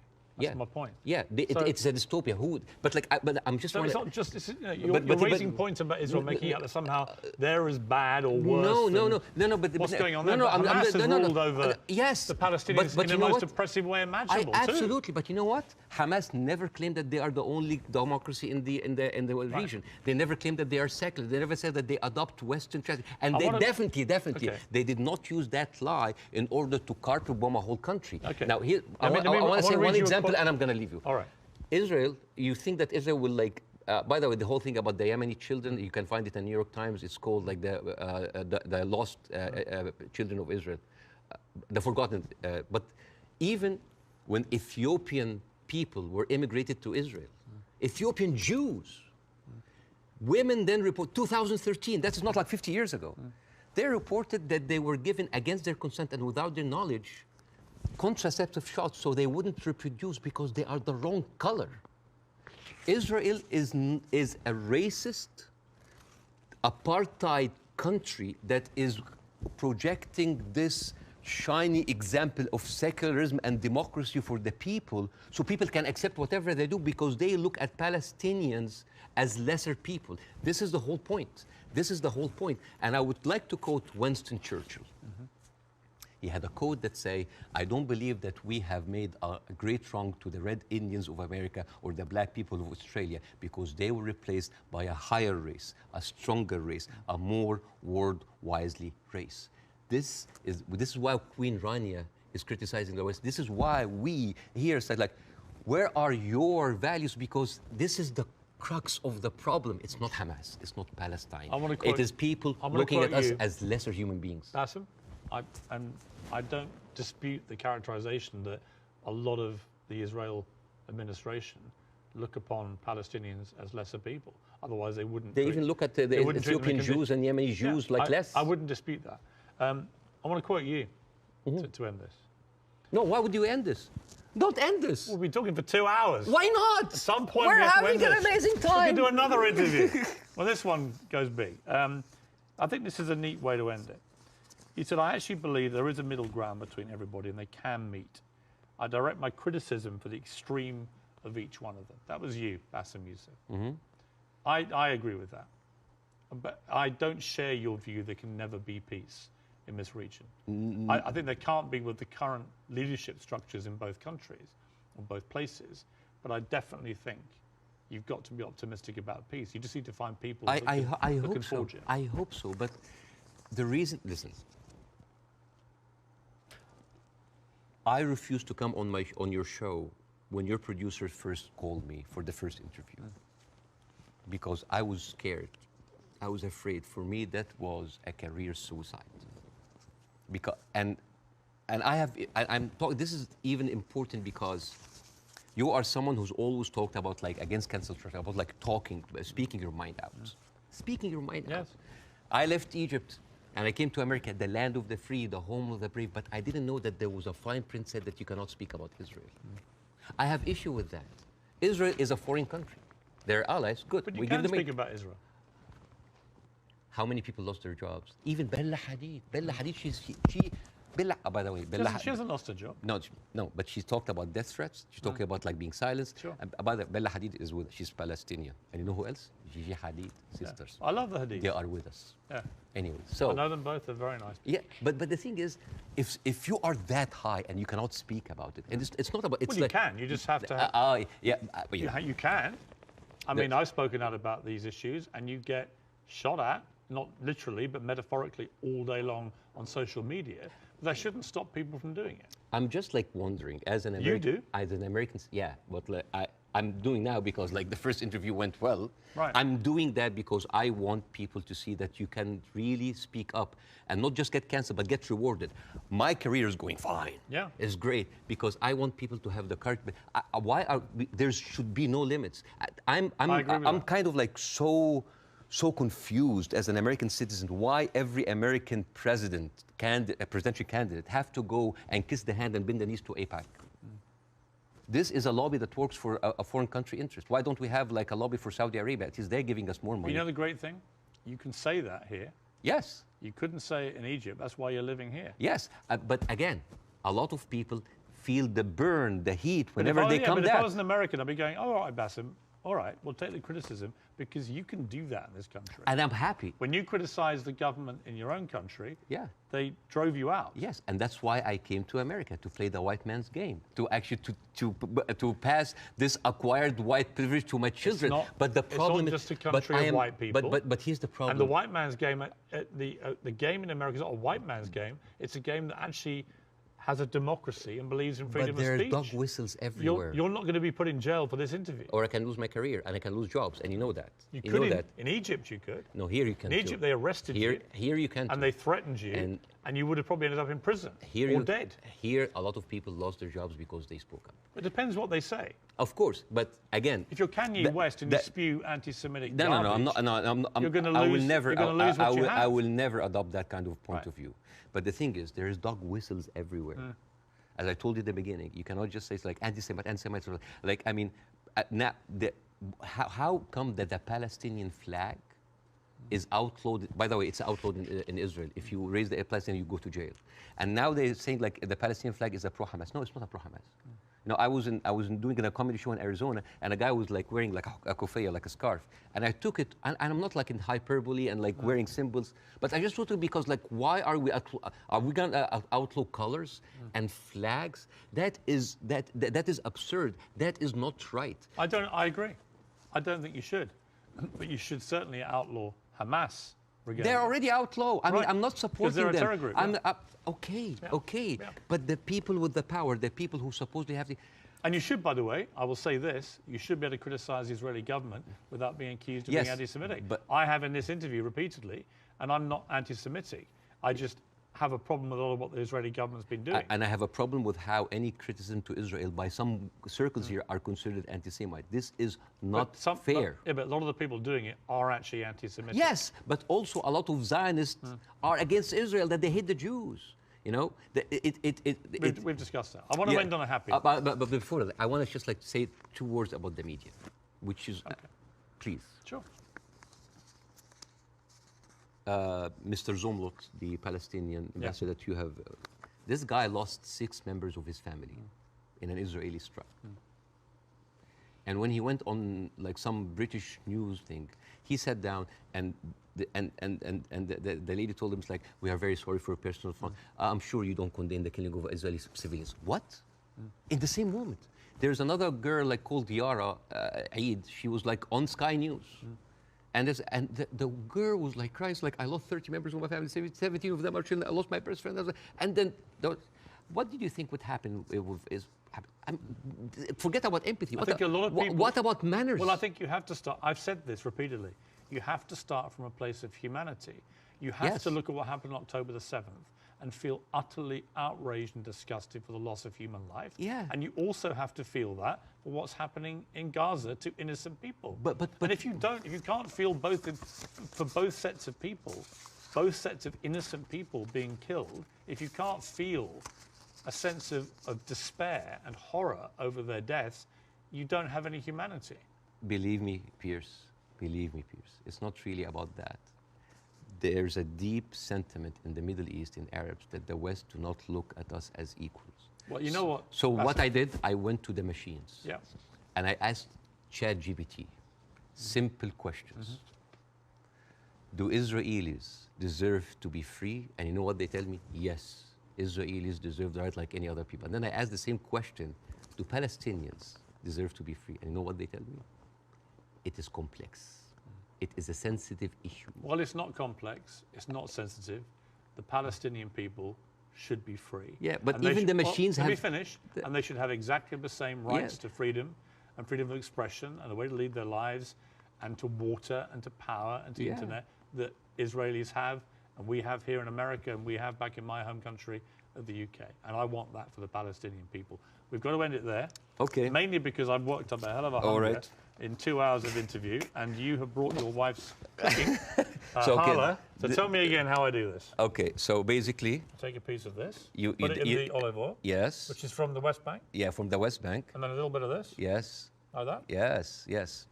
This is like amazing oil coming from the olive tree. This has come from the West Bank. Since 1967, Israel have actually uprooted 800,000 olive trees, just to... That is absolutely delicious. I know. Please thank your wife for me. Thank you. Wish her all the best and her family, particularly those who are obviously in Gaza. It's been great to see you. Thank you so much. In America. Let's do it again. Let's do it again. Let's keep talking. Yes. I honestly think the way through this is people keep talking. Yes. Good to see you. Thank you so much.